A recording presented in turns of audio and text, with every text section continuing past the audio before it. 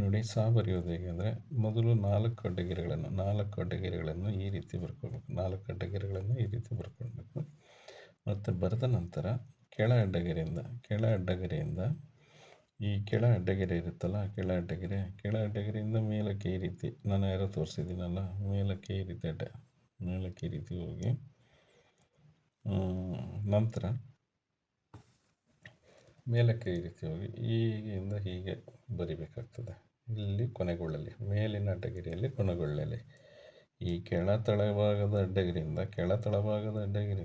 ಮೇಲಿನ ಅಡ್ಡಗೆರೆಗೆ ಹೋಗಿ ಕೊನೆಗೊಳ್ಳಬೇಕು. ಇದು ಒಂದು ಭಾಗ. ನಂತರ ಇದರ ಮೇಲೆ ಈ ರೀತಿ ಒಂದು ಸಣ್ಣದಾಗಿ ವೃತ್ತಾಕಾರವನ್ನು ಅಪ್ರದಕ್ಷಿಣೆಯಾಗಿ ಸಣ್ಣ ವೃತ್ತಾಕಾರವನ್ನು ಬರೆದು ನಂತರ ಅದಕ್ಕೊಂದು ತಲೆಕಟ್ಟು ಎಡದಿಂದ ಬಲಕ್ಕೆ ಒಂದು ತಲೆಕಟ್ಟು ಕೊಟ್ಟರೆ ನಮಗೆ ಕನ್ನಡದ ಸ ವ್ಯಂಜನಾಕ್ಷರವನ್ನು ಬರೆಯುವುದು ಹೇಗೆಂದರೆ ಈ ರೀತಿ ಅದರ ಆಕಾರ, ಕನ್ನಡದ ಸ ಅಕ್ಷರ ದೊರೆಯುತ್ತದೆ.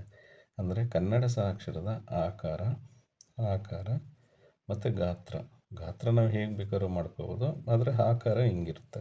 ಇದೊಂದು ರೀತಿ ಮಲಗಿದ ಹಾವಿನ ರೀತಿಯೇ ಇದೆ. ಬಟ್ ಈ ಬಾಲ ಬಂದು ಇಲ್ಲಿ ತನಕ ಹೋಗಬೇಕು. ಹೀಗೆ ಬರೆದು ಹೀಗೆ ಹೋಗ್ಬೇಕು. ಅಂದರೆ ಕೆಳಗಿನ ತಳ ಅಡ್ಡಗೆರೆಯಿಂದ ಹೀಗೆ ಬರೆದು ಹೀಗೆ ಹೋಗಬೇಕು. ಮೇಲೆ ಒಂದು ರ ಅಕ್ಷರವನ್ನು ಬರೆದ್ರೆ ಆಯಿತು. ಸಣ್ಣ ರ ಈ 2 ಅಡ್ಡಗೆರೆಗಳ ಮಧ್ಯೆ ಒಂದು ಸಣ್ಣ ರ ಅಕ್ಷರವನ್ನು ಬರೆದ್ರೆ ನಮಗೆ ಕನ್ನಡದ ವ್ಯಂಜನಾಕ್ಷರ ಸ ದೊರೆಯುತ್ತದೆ. ಕನ್ನಡ ವ್ಯಂಜನಾಕ್ಷರ ಸ ದೊರೆಯುತ್ತದೆ.